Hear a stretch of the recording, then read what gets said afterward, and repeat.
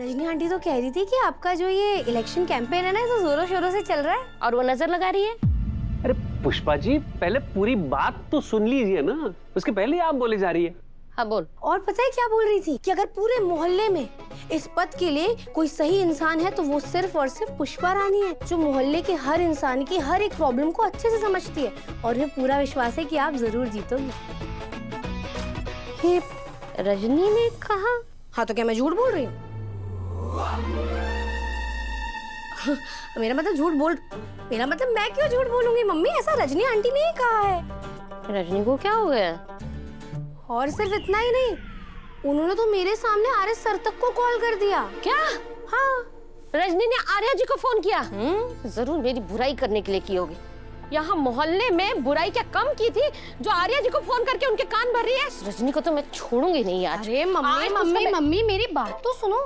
Rajni aunty ने जो कुछ भी किया सिर्फ और सिर्फ आपके फायदे के लिए तो किया है। यहाँ तक कि आर्य सर को जो फोन भी किया है वो भी तो आपके फायदे के लिए ही किया है। उन्होंने तो ये कहा कि आर्य सर आप प्लीज मोहल्ले में आइए और मेरी प्यारी सहेली पुष्पा के लिए बहुत अच्छी अच्छी बातें बोलिए पूरे मोहल्ले के सामने, ताकि आपके जीतने के चांसेस बढ़ जाएं। अब आप खुद सोचिए, अगर आर्य सर बोलेंगे तो फिर आपके जीतने के चांसेस और बढ़ जाएंगे ना, फायदा ही होगा ना।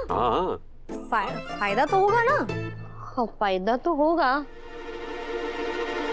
पर क्या उसने ये कहा? हाँ मम्मी, उन्होंने ही तो कहा है, मैं अपने मन से थोड़ी बोल रही हूँ। यहाँ तक कि आर्य सर इसके पहले कुछ हाँ या ना बोल पाते, तुरंत अपने हाथों के बनाए हुए गर्मा गर्म और यम्मी पकौड़ों का लालच दे दिया। उन्हें कहा कि अगर वो ये सब कुछ करेंगे तो अपने हाथों के बनाए पकौड़े खिलाएंगे उन्हें। और फिर आप तो आर्य सर को जानती हो ना, वो खाने के कितने शौकीन है और टेस्टी खाने को कभी मना नहीं कर सकते। ये रजनी को क्या हो गया? मेरी तारीफ की, आर्या जी को पकौड़े खिला रहे हैं। नहीं, जरूर उस रजनी के दिमाग में ना कोई प्लानिंग चल रही होगी मेरे खिलाफ, वरना आर्या जी को बुलाने की क्या जरूरत है? यही करना होता तो मैं खुद कर लेती ना। मम्मी, उनको भी अब आपकी फिक्र ही होगी ना, तभी तो आपके ये सब करने और सोचने से पहले उन्होंने कर दिखाया। मुझे तो कुछ समझ में नहीं आ रहा है। मतलब ये रजनी है ना, एकदम थाली के बैंगन की तरह इधर से उधर लुढ़क रही है। कल रात को इतना तमाशा किया और अब एकदम से बदल गई। पुष्पा जी, ऐसे होता है ना, फिर इंसान मौसम की तरह बदलता है। देखिए अब कल कितनी धूप थी, फिर बादल आए, फिर बारिश हुई, फिर आज सुबह बादल हट गए और फिर धूप आई। क्यों अनु? हाँ बिल्कुल सही, क्या बात कही है पापा। पुष्पा जी देखिए, कल जो रघुपति का हुआ उससे रजनी जी को ऐसे लगा है कि लोग आप दोनों के बीच गलतफहमी पैदा कर रहे हैं, और आप दोनों हैं कि बिना सोचे समझे एक दूसरे के साथ लड़ रही है। नहीं, मुझे यकीन नहीं हो रहा है। ठीक है, आपको यकीन नहीं हो रहा है ना, तो एक सिंपल सा काम करते हैं, अभी के अभी चलकर रजनी आंटी से भी पूछ लेते हैं, दूध का दूध और पानी का पानी हो जाएगा। क्या कहते हैं? मैं क्यों पूछूं? पुष्पा जी, आपको ये जानना है ना ये गलत है या सही, तो आप चलिए आप पूछ लीजिए। हाँ चलो ना मम्मी, पूछ लेते हैं ना। सारा सच पता चल जाएगा। ठीक है, चल।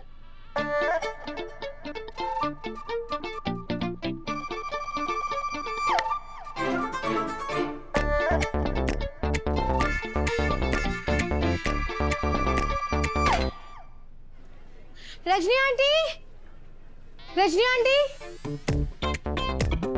सिमरन, ये तो अनु की आवाज लग रही है। हाँ अनु की है। रजनी आंटी प्लीज बाहर आइए।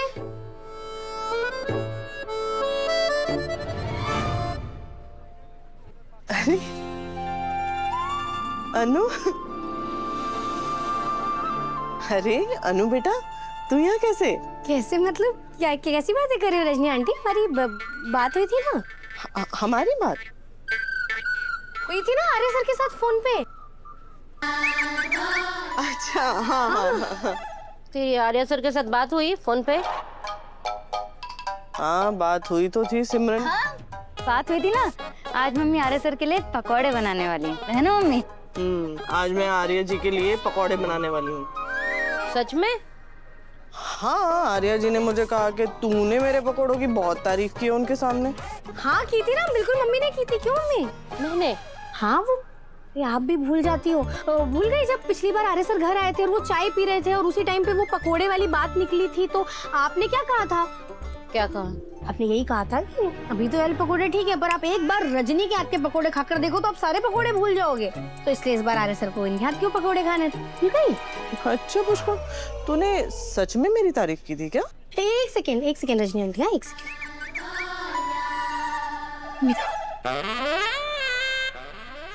मम्मी हम जरा सोचो, रजनी आंटी ने आपके बारे में कितनी अच्छी अच्छी बातें कही है, तो आप क्यों पीछे हट रही हो? आप भी दिखाओ ना कि आप उनके पीठ पीछे से उनके बारे में कितना अच्छा अच्छा बोलती हो। आप किसी से कम हो क्या?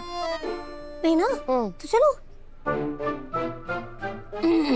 अब हाँ, मैंने तारीफ की थी। हाँ देखा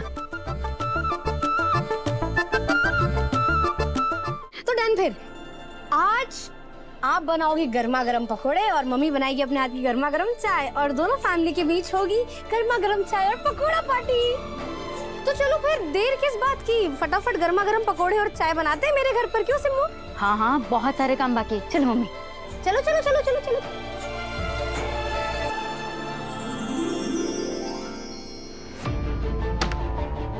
वो बुक कहाँ गई होगी? तो आज ऑफिस नहीं आया, मैं तेरा वेट कर रहा था।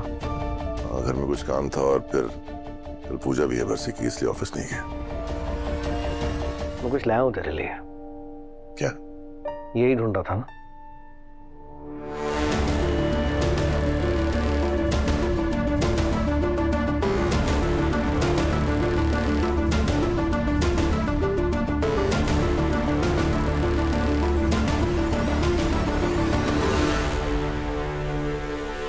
ये तेरे पास कैसे आई? भीम काका ने लाकर दी मुझे, उन्हें मिली थी। उन्हें गलत मत समझ, घर के पुराने हैं, इस घर की फिक्र है उन्हें। अगर वो लाकर मुझे नहीं देते तो ये किताब अन्नू को मिल जाती। अन्नू को ये किताब मिली थी। हाँ, अंदाजे भी है ना कि इसका मतलब क्या है। मुझे पूरा अंदाजा है कि इसका मतलब क्या है। मुझे मत पता। क्या आर्या, कैसे तुम इतनी बड़ी गलती कैसे कर सकता है? तो किताब यहाँ रख दी, अन्नू को मिल गई, कैसे मिली उससे? मिल गई होगी, मुझे क्या पता। शायद वो साफ सफाई कर रही होगी। नहीं आर्या, ये सिर्फ एक किताब नहीं, ये किताब तेरे और राजनंदिनी की जिंदगी का लेखा जोखा है। तुम दोनों की पूरी कहानी है इसमें।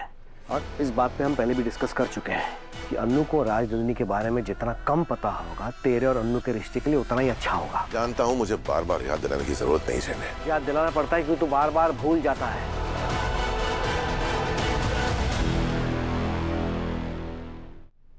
देख, तेरी शादी के दिन तूने मुझे बड़े भाई का अधिकार दिया था ना, वो भसूर वाली रस्म पूरी करके। तो उस हिसाब से अन्नू मेरी छोटी बहन हुई, और मैं नहीं चाहता कि हमारी अतीत की वजह से उसकी जिंदगी खराब हो जाए। क्या तू चाहता है कि हमारे अतीत में जो सच गुजरा है वो अन्नू के सामने आए? जानता है, मैं ऐसा कभी नहीं चाहूंगा। अनु की खुशी से बढ़कर मेरे लिए और कुछ नहीं है चेंडे। तो फिर जला दे इस किताब को। तू जानता है मैं ऐसा नहीं करूंगा। क्या है तेरा मोह इस पुरानी कहानी के साथ, जो तू अपने आज को बर्बाद कर रहा है?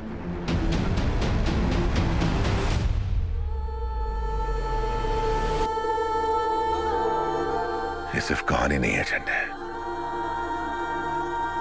ये राजनंदिनी की यादें हैं, और मैं उन यादों को बर्बाद नहीं कर सकता। ठीक है, फिर इस किताब को ऐसी जगह रख जहां अन्नू को कभी नहीं मिले, उस कमरे में।